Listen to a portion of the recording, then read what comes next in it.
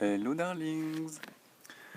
My intention today is to talk to you about the beauty and the feeling of beauty and the heart as being the place where the beauty stays. The beauty is the feeling of harmony between things and between the connection we have with all these things. The network of things that surround us, how that feeling of harmony, exists in our heart and is very near to the feeling of beauty. The beauty is a mystery because it's impossible to define exactly the criterion from where we decide that something is beautiful or not. The fact is that without ambiguity, when our heart is touched, it is touched. We don't have any choice on that matter. Well, in the center of the heart, there's a place where the beauty stays in original form, and that form is the form of a kind of icon. Like a visage.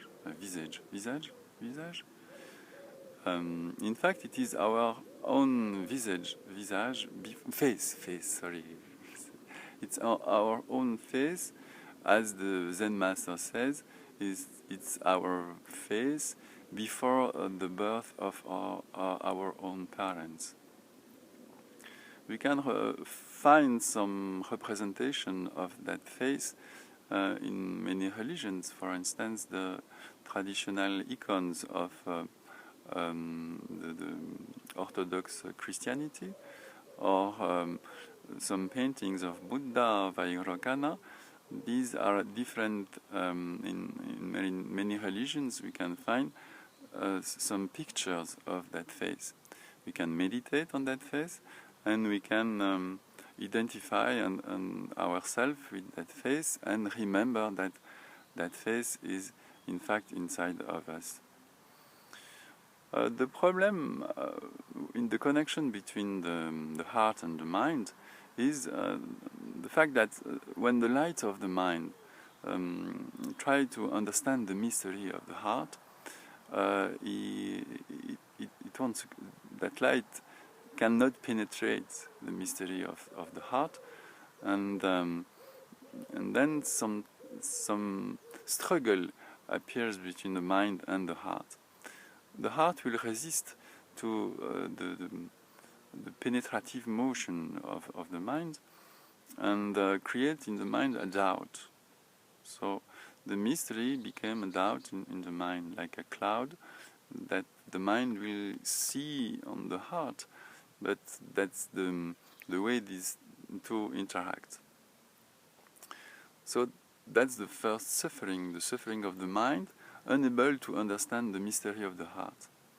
The possibility from that is for the mind to struggle against that doubt and trying to enter into the mystery of the heart by force.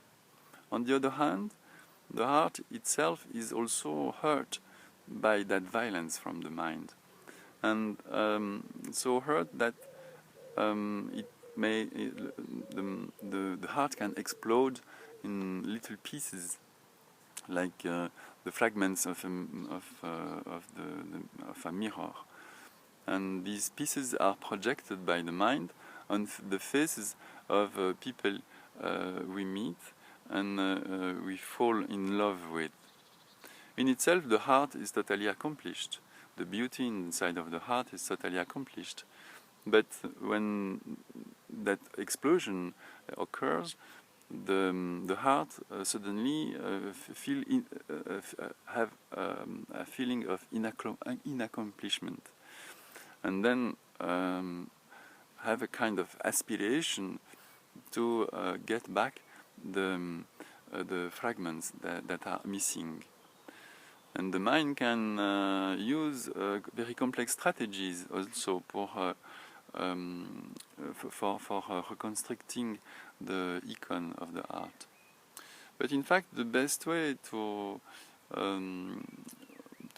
reconstruct the heart is to accept the deception. Well, every time we meet someone and we recognize on the face of that someone a part of our own beauty, of our own inner mysterious face, we fall in love with that person. In fact, we don't fall in love with that person, we fall in love with a reflect of our art projected on the face of the other. The best thing that can happen to us from that point is the deception.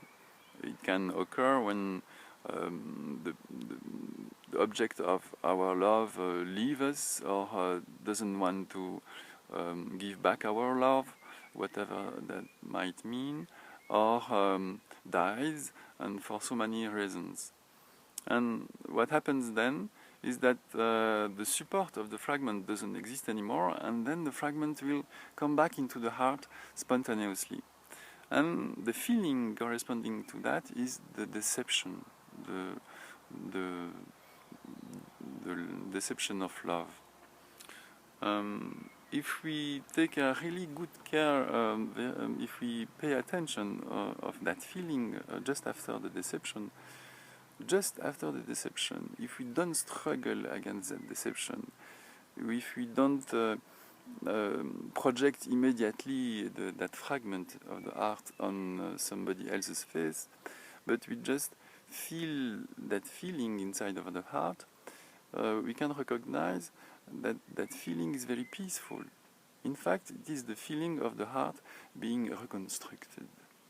And so, deception after deception, little by little, the heart can reconstruct its totality, and after the last deception of the process, suddenly the original face of the Buddha or Jesus inside of our heart can be recognized. And from that point, we understand that what we love the most dearly is our own self inside of our heart. That's the true pure object of love. But it's not an object, because it's like love resonating on itself. The heart is the place where love is accomplished on itself.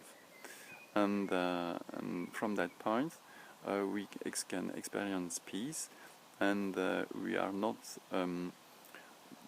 driven by that urge of finding someone who can give back our love.